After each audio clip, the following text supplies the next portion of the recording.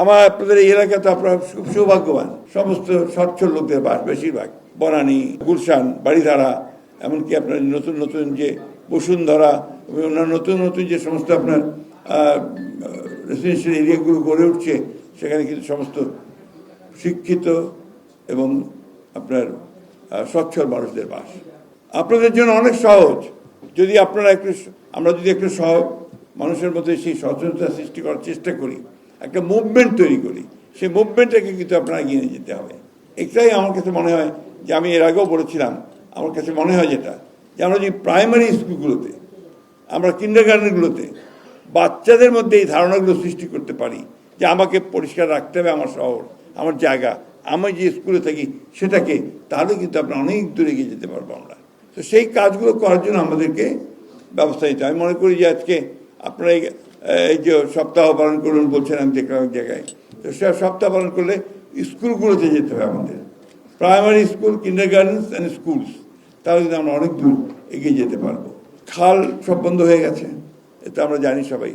আমরা যখন কলেজে পড়তাম, ঢাকা কলেজে, তখন আপনার জৌরা মার্কেট, যেটাকে আপনার বাংলা মোটরস, এর পাশে আপনার একটা বিশাল ন্যাচারাল খাল ছিল তখন একটা, ওখান দিয়ে বের হয়ে আপনার হাতি ঝিল যেটা বলছেন আপনার, সেখান দিয়ে বেরিয়ে যেত। এখন তো সমস্ত স্ট্রাকচার হয়ে গেছে, বাড়িঘর তৈরি হয়ে গেছে, সেটা আর নেই। এখন আপনাকে ওইখান থেকে বের করার চেষ্টা করতে হবে কীভাবে আপনারা সেই ন্যাচারাল ফ্লোটাকে বের করে নিতে পারেন। আমাকে প্রশাসক মধ্যে বলছিলেন এখানে অনেকগুলো খাল আছে, যে খালগুলো যদি পরিষ্কার করা যায়, যদি আউটলেট নিয়ে যাওয়া যায়, তাহলে কিন্তু আপনার অনেকটা সমাধান হয়ে যায়। আপনার তুরাগ আপনাদের সঙ্গে লাগা, সেই তুরাগের ভয়ঙ্কর অবস্থা। একবার দেখলাম যে আপনার সব তুরাগে জমি জমা ভাগ করা হচ্ছে, নদীর পাশ দিয়ে ডিমার্কেশন হচ্ছে, তাক দিয়ে দেওয়া হচ্ছে। তার কিছুদিন পরে দেখলাম আবার সেখানে আপনার সেই বালু ফেলা হচ্ছে, সেখানে বাড়িঘর তৈরি করা হচ্ছে। তো এটা তো একটা কন্টিনিউয়াস প্রসেস দখলের। এটাকে সবাই মিলে যদি বন্ধ না করা যায়, জনপ্রতিরোধ যদি সৃষ্টি না হয়, তাহলে কিন্তু এটাকে করা সম্ভব হবে না। এখানে একটা জনসচেতনতা সৃষ্টি করে গোটা শহরকে সুন্দর রাখার জন্য আমাদেরকে আন্তরিক হতে হবে সকলকেই।